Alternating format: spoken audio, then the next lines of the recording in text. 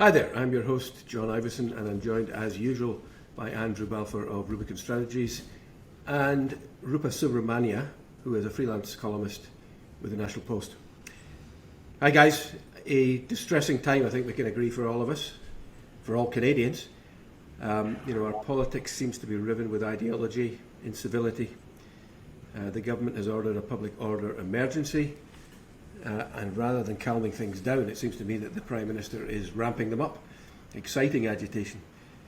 The truckers' convoy claims to be reclaiming freedom on behalf of the people, but the people don't seem to be in accord with them, at least according to a poll we had this week, which said the vast majority want the protesters to go home.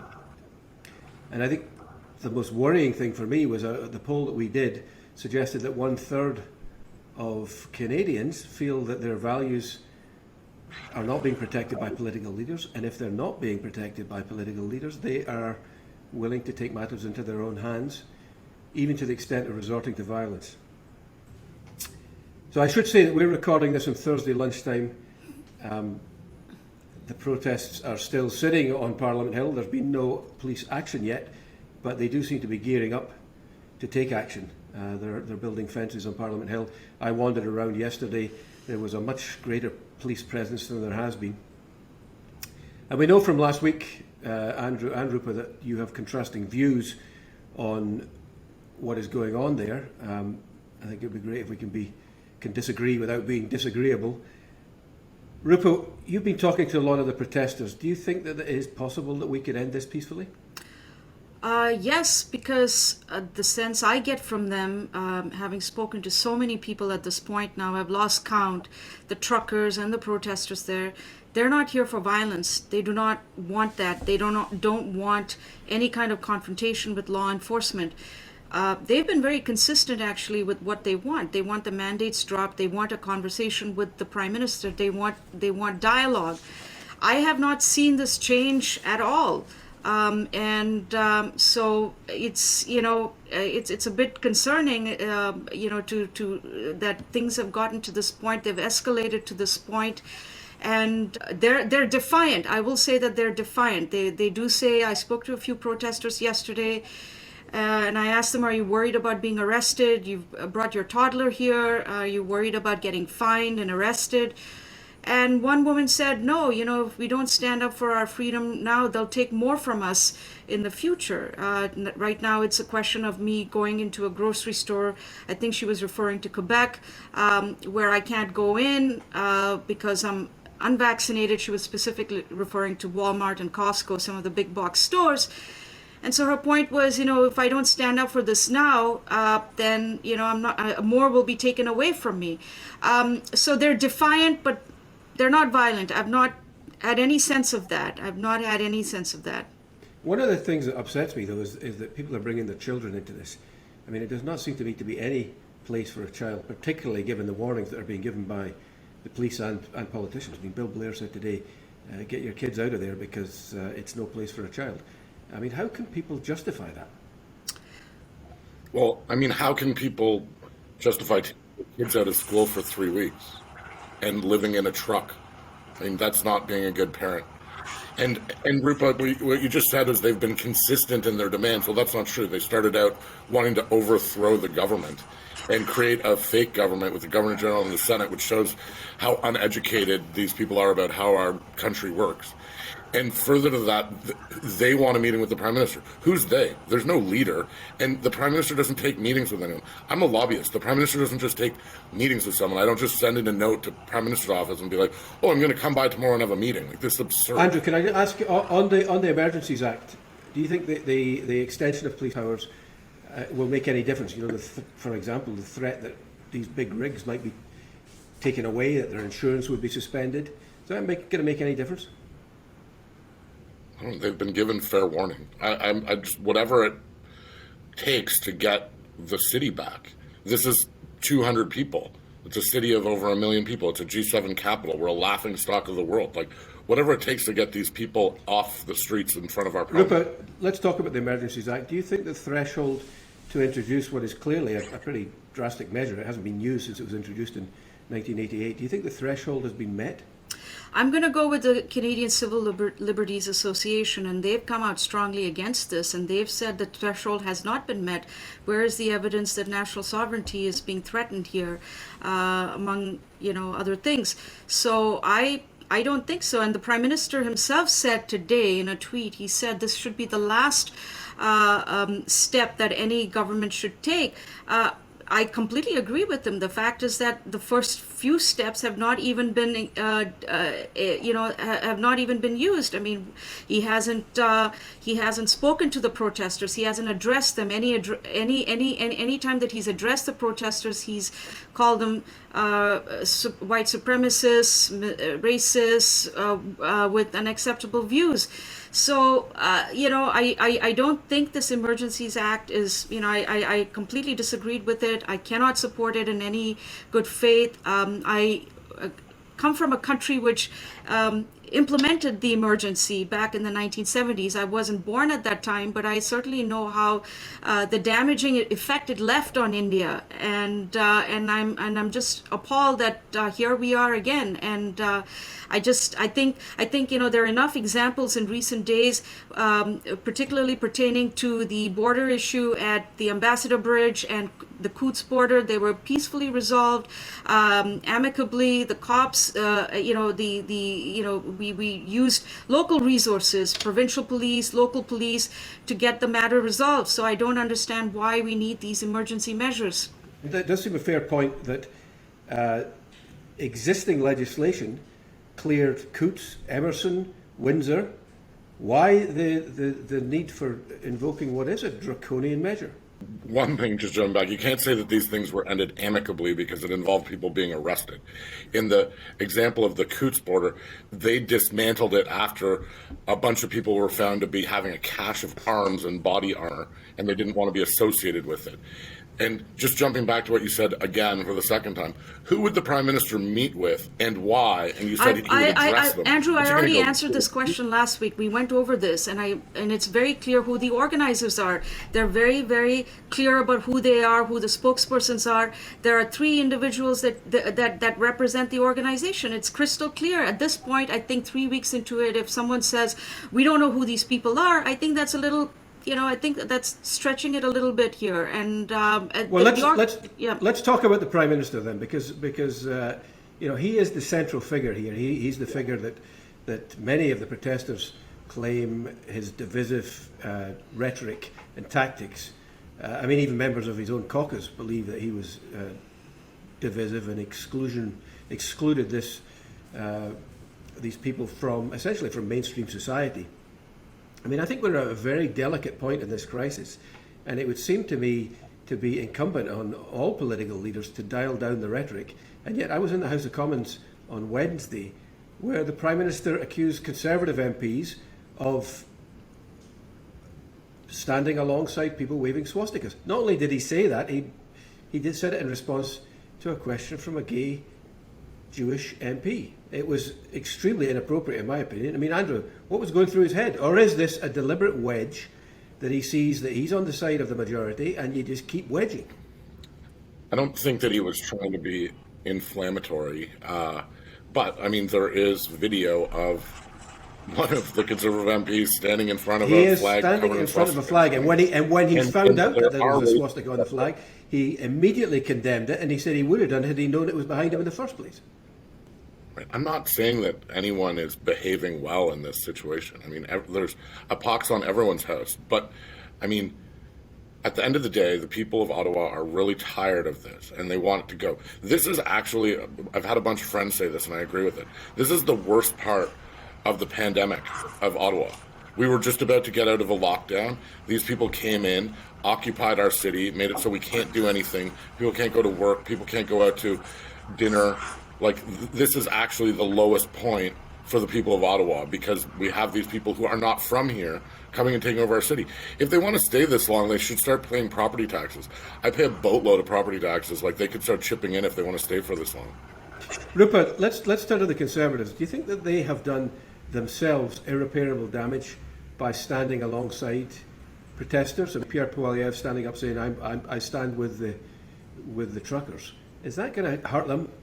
I don't think so, John. And this is something I mentioned to you on the podcast last week as well.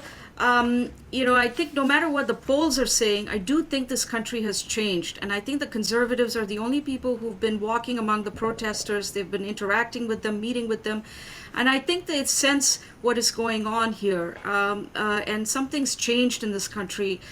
People are angry. People are frustrated. And I think they're recognizing that, and they'll use that to their political advantage. Obviously, I think it's too early to say that this is going to backfire on them. I think that's much too early for that. But I do think that they've gotten a sense of what is happening here better than anybody else. We had a poll result, by the way. We had a poll result which suggested 68% of people who responded they believe that any politician who support the protest should be voted out of office.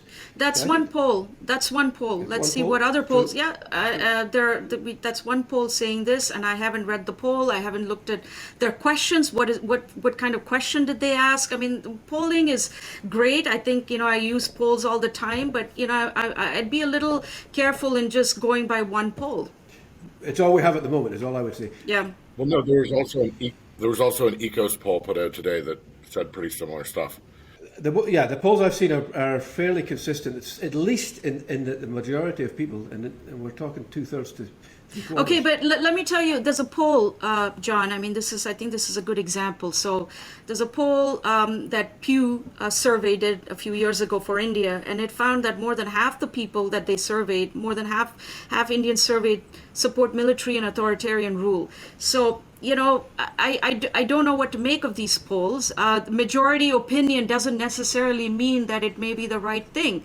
It's interesting result, but I don't necessarily, they support emergency. Now, I could never support emergency measures. That's not something I would. Well, I think I'm in the middle of both of you, and I don't particularly support the use of the Emergency Measures Act, but I think it's time for these truckers to go home.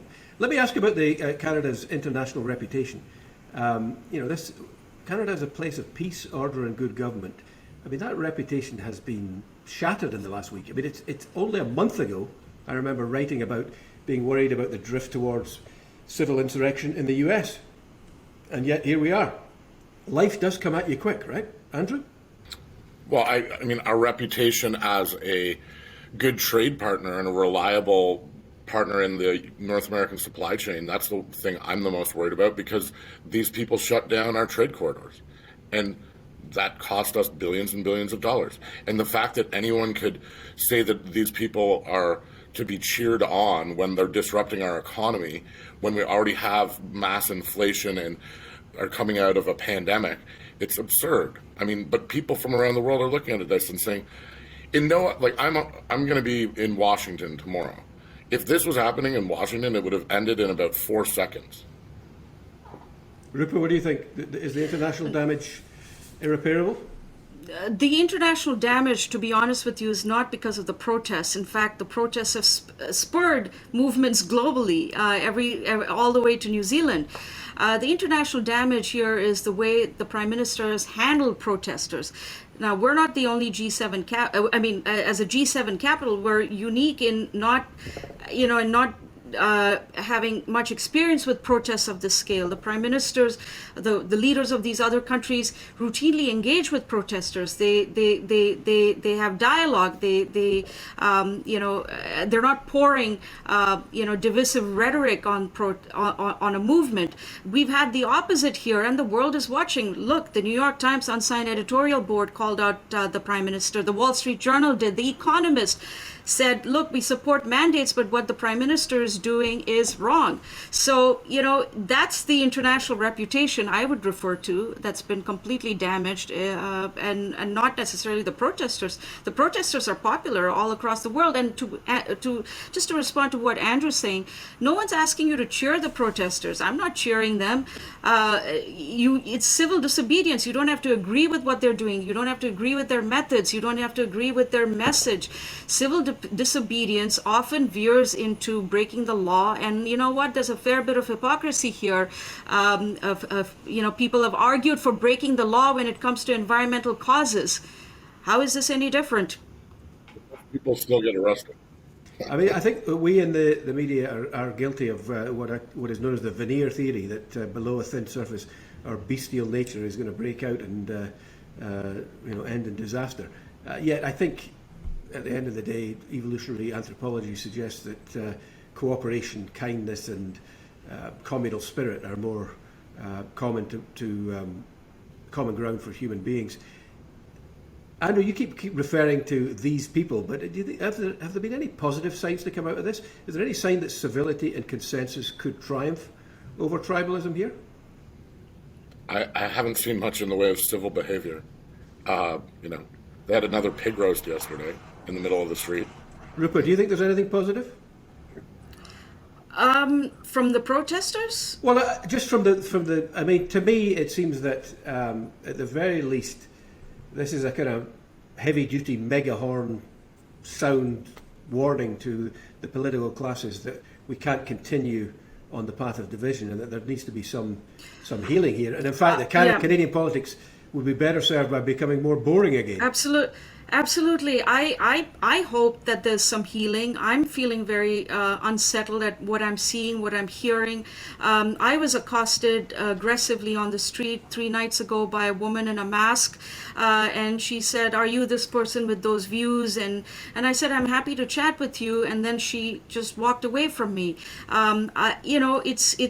It's really bad. It's really bad, and I hope that people step back from this and that we introspect and reflect a little bit, because I've seen people doxing donors who gave to Give Send Go. I've seen sections of the media get involved in this tainted illegal hack.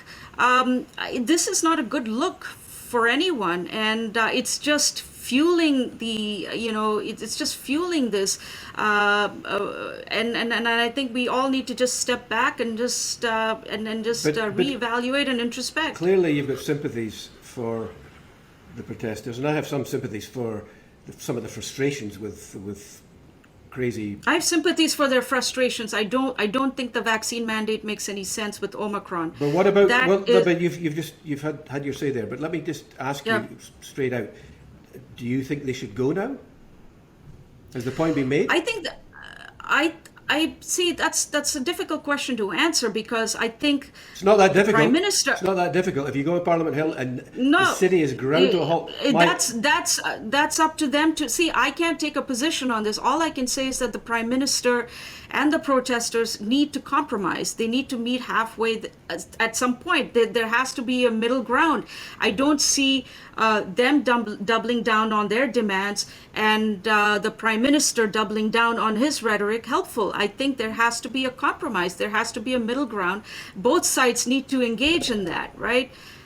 So when they decided to not have part of their mandate be that they wanted to overthrow the government, that was compromise? Because what this is actually about is these people we keep going around in circles, because this again came up last week, and I pointed to you last week itself that this guy, this deranged nut, Pat King, who's up there still.